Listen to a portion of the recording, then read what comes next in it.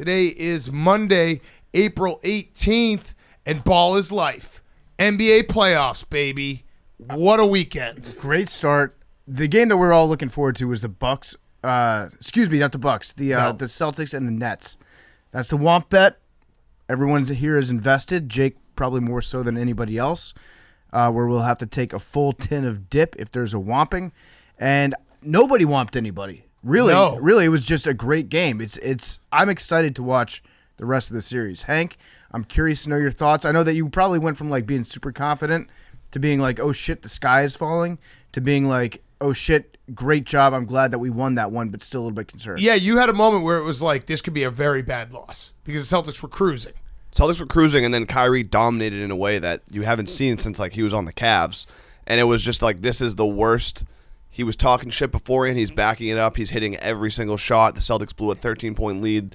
They had to execute perfectly at the end of the game, and they did somehow. And it was an unbelievable finish. So can I ask a question about Kyrie? Because it's going to be the big story going into Monday. Yes. Where do you stand with him? Because from a neutral party perspective, and I think PFT probably agrees with me, I love every second of it. At this point, it feels like it's fair play across the board. If you miss the game, Kyrie...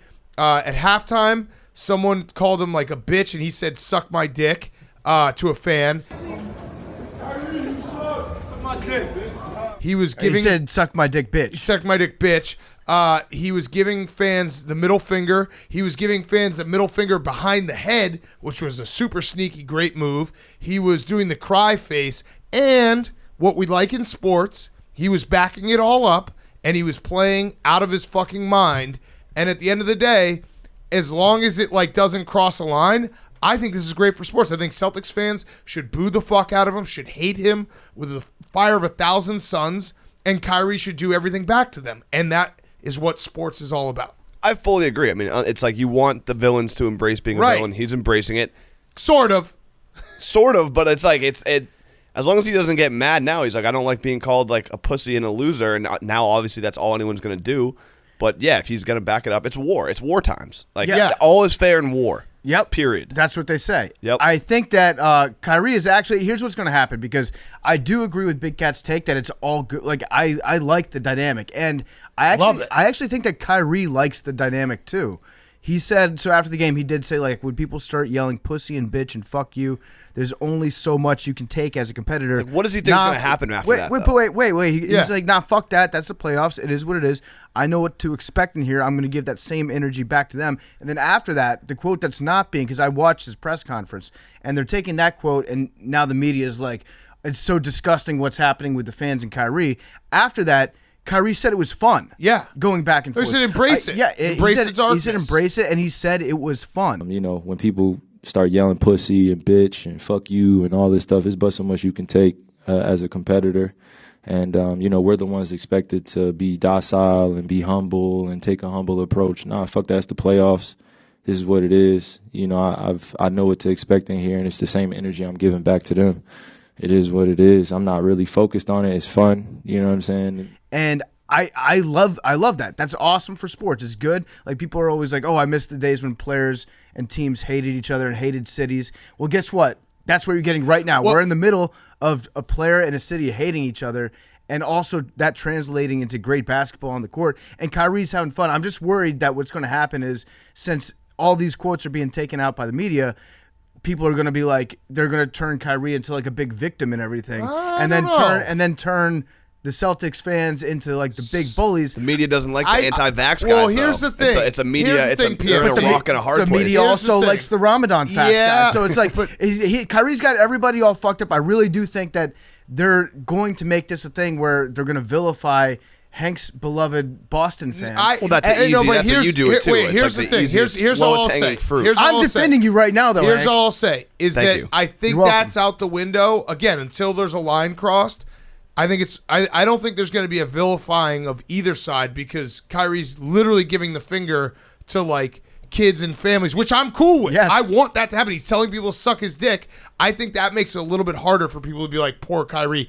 Also love that Kyrie before the series said, so giving the energy to what the fans are doing, that's not where my attention is. And then he walked on the court, and that was like, again, he backed it up and played. Like, if he sucked, I think that you'd have a different story where it's like, oh, the fans got Kyrie off his game. He wasn't playing, up to, the level that he should be playing, especially because the Nets need him at that level. But he was incredible, and it all was good. Like, I loved every second of it.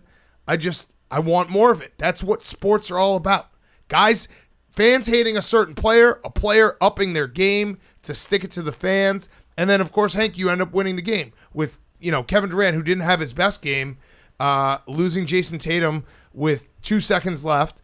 And after the Celtics missed a million layups, they win with a buzzer beater layup, which doesn't happen very, very often. The Jaylen Brown scored right away on the 2-for-1 possession that they had to have. Like, that was an easy layup somehow. Is bad. Yeah. And then the Celtics played unbelievable defense on Kyrie and KD in the possession right before they won. And you made a great point when we were just hanging out before the show. You're like, old Marcus Smart takes that three. And he would have. Yeah, he definitely would have taken that three. That possession at the end there with Marcus Smart, that's the give and take that you have when you have a certifiably crazy person on your team.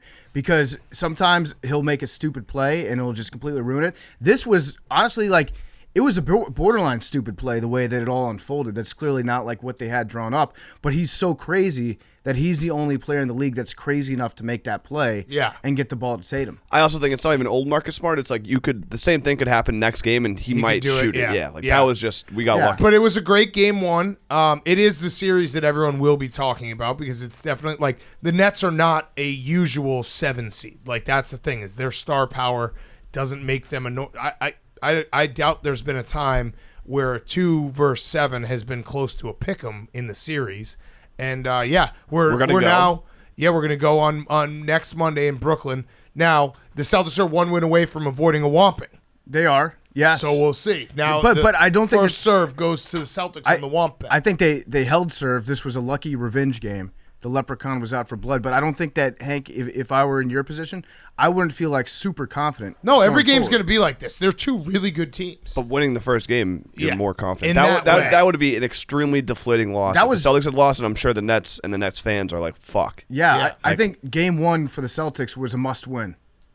They had to have that one. They had to have that one the way it played out. Like they had to have they couldn't they had lose to have with it a 13-point lead and blow it with Kyrie hitting every single jumper to beat them. That would be soul crushing. Going into the game, it wasn't. Neither team had to win it, but the way the Celtics were going to lose it would have been very, very bad.